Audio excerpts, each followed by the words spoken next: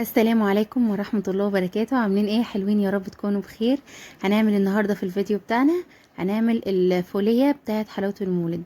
الطريقة اللي احنا نعمل بيها دي تنفع مع الحمصية او السمسمية او الفولية. اي مكسرات انت عايز تعمليها بالطريقة دي او عايزة تاكليها بالطريقة دي، كاجو بقى، يعني الجمل، اي حاجة هتمشي على نفس المقادير بالظبط. بس بدل ما هتضيفي الفول هتضيفي اي نوع من المكسرات التانية.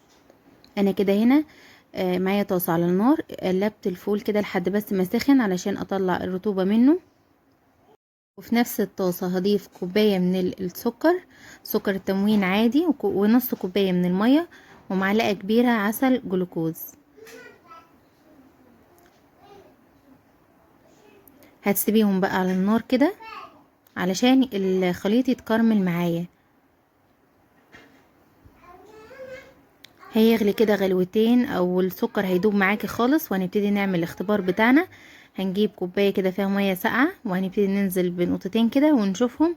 هتلاقوها هنا كده زي ما انتم شايفين، زي العجينه كده، لسه مش جاهزه معايا. انا عاوزاها تكون زي الازاز كده بتتكسر كده. خلاص كده تمام كده. بصوا بقى شكلها زي الازاز ازاي. اول ما بتتكسر معاكي وبتكون ناشفه كده كده تمام. او برضو يعني لو هتلاحظي ان الخليط بتاعنا ابتدى لونه بقى ذهبي كده فاتح.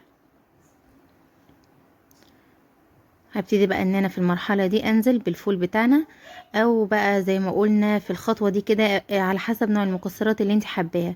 كله بيكون بنفس الطريقة وبنفس المقادير. المقادير بتاعت المقدار بتاع الفول كان حوالي 3 كوبايات من الفول. هبتدي بقى انزل بصينية كده فيها كيس تلاجة، ما تخافيش الكيس مش هيسيح او هيحصل له اي حاجة، مدهون بدهنة زيت. وابتدي انزل بالخليط بتاعه حسبي كده في المرحلة دي لانه بيكون سخن جدا. وهتبتدي تسويه بقى بكوباية او باي حاجة عندك، وتقطعيه بسرعة وهو لسه سخن قبل ما ينشف معاكي. ده كده خلاص سبته حوالي كده ساعة، فهو مسك نفسه،